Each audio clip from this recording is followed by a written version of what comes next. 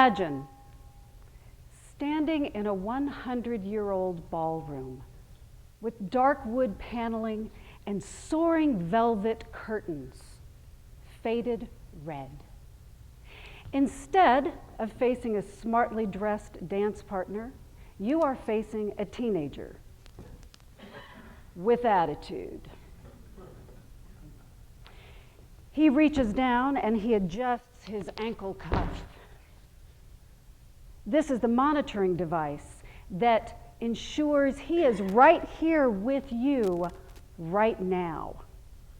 You look around the circle and you see all 11 teenagers are wearing them too.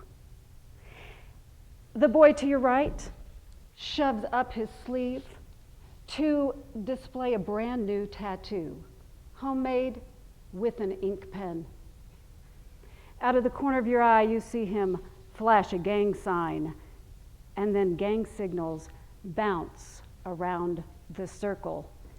This is the moment that you realize you are surrounded by teenagers from rival gangs, and the tension begins to rise. This is the situation that I found myself in after I agreed to create a 6-week summer program for Denver Juvenile Court. Now, they told me that I would only have first-time offenders, but that's not who came.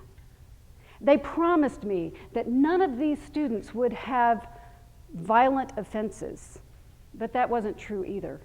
And I was reassured that none of them would be fully embedded into gang culture yet.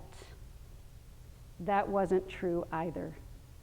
Now, I did know that they were all in drug and alcohol treatment, and I was pretty sure at this moment I would be joining them. I looked around at all the faces that were staring at me. There were 11, 12 students, and a probation officer by the door, and 4 teachers that I had hired. And as I'm looking at them, I realize they are grossly underqualified for the project ahead, especially the poet.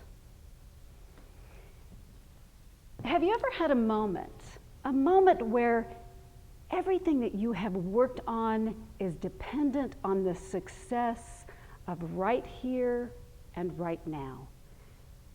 This was my moment. Everything I had worked on was solely dependent on my not landing on the 6 o'clock news. The boy across the circle says, "Yeah, have you ever worked with kids like us?" And I said, yeah, I grew up with a kid like you. And the boy to my right says, "We're not going to do anything you want us to do." And they all stared at me, even the probation officer. And I turned to the boy to my right and I said, "Okay, let's play.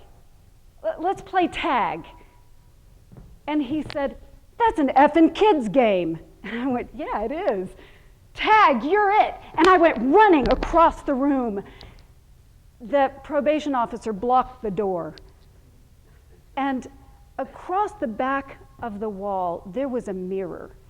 And I could clearly see the faces of everyone behind me. And I wish that I could describe the look on their faces to you. It was a combination of confusion, surprise, and total disbelief. And then suddenly, everyone scattered. They ran like they were running from the police, which they all had done. They ran like they were running from rival gang members, which they were. And then they began to run like they were children.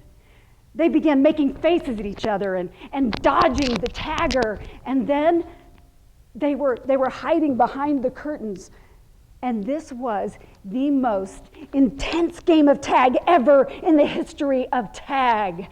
And it went on forever because it took a long time to spend all of that energy, all of that anger, all of that tension, all of that fear, of that frustration. It went on forever. And when all of the energy was spent, We all sat laughing on the floor because no one could quite believe what had just happened, especially the probation officer by the door.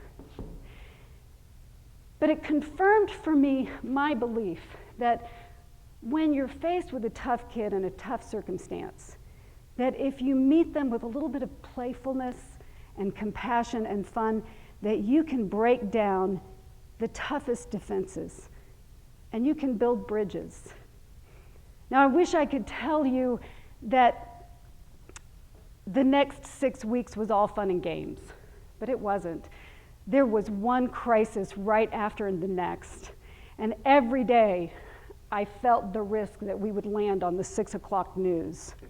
But every time the tension began to rise, one kid would turn to another and say, "Tag, you're it." Thank you.